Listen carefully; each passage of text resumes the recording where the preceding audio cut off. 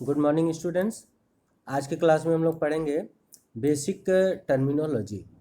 Students, इसके पहले class में हम लोग पढ़ चुके हैं HTML क्या होता है और HTML में हम वेब डिजाइनिंग कैसे करते हैं।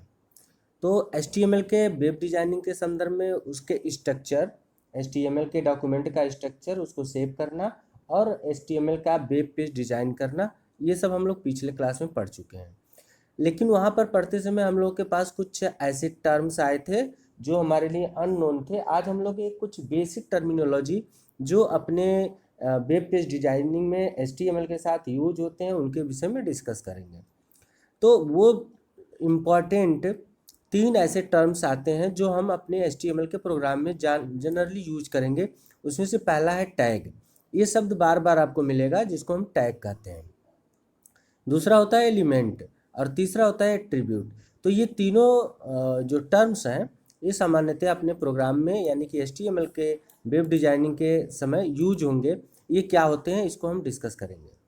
पहला tag, it is a keyword to specify certain kind of formatting and display of the content. A tag is written within angle bracket. HTML में टैग का जो प्रयोग होता है वो इस तरह से देखिए, एंगल ब्रैकेट इसको कहते हैं, एंगल ब्रैकेट। इसके अंदर वो टर्म रखा जाता है और वह जस्ट ए मीनू आइटम काम करते हैं। जैसे यहाँ पर कुछ टैग के नाम है, टाइटल, HTML, बॉडी, और ये सब आप ऐसे देख रहे हैं एंगल ब्रैकेट के अंदर क्लोज होता है, तो इसको हम टैग कहते हैं। और इन टैग का प्रयोग हम अपने HTML डॉक्यूमेंट की डिजाइनिंग में करेंगे। दूसरा होता है element. Element represent one complete individual components of the HTML document. अब इसमें एलिमेंट जो होते हैं वो 3 प्रकार के होते हैं, यानी कि कोई भी स्टेटमेंट जो हम लिखेंगे और वो कम्प्लीटली एक लाइन, एक स्टेटमेंट के रूप में होता है, तो उसको हम एलिमेंट शब्द यूज करते हैं।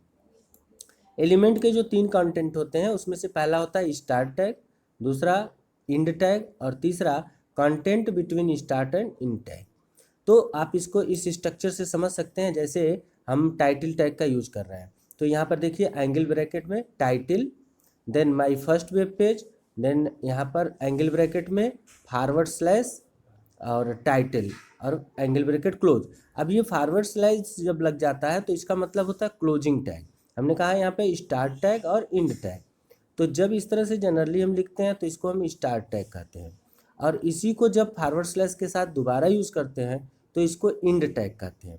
और इन दोनों टैग के बीच में यहाँ पर जो वर्ड या सेंटेंस हम यूज करते हैं या कोई भी स्टेटमेंट जब यूज करते हैं तो यह इस टैग के प्रॉपर्टी को अप्लाई करता है।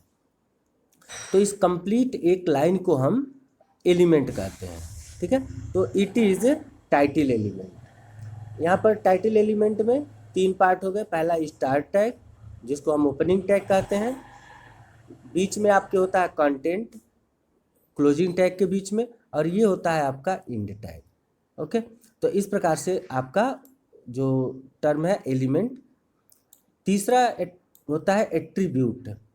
It allow us to add extra bit of information. यह एट्रीब्यूट होते हैं जो हमेशा ओपनिंग टैग के साथ लिखे जाते हैं, जो कि उस टैग के कुछ एक्स्ट्रा इंफॉर्मेशन को अपने अंदर ऐड करते हैं।